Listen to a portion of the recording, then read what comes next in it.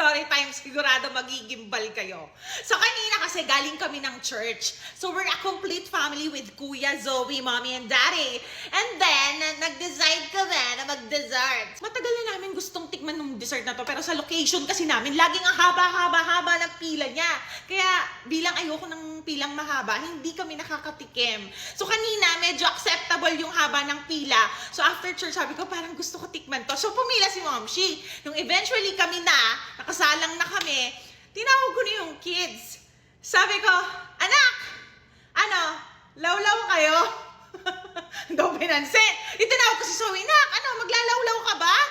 Hindi niya ako pinansin. Tapos si Kuya naman sinabi ko, nak, ano, lawlaw ka? Ano, lawlaw ka? Hindi na ako pinapansin. Tapos maya, parang unti-unting kumakalas na yung mga anak ko sa akin. Over, nagtataka ako.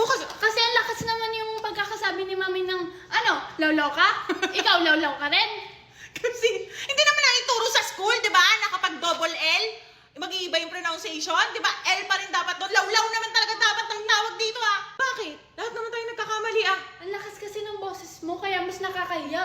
Tsaka guys, tingnan nyo, inuwi niya pa kasi kokolektahin niya daw yung kutsara. Pag may bisita nga to, eh. So ano nang basa dyan? Yaw-yang. Nakakahiya.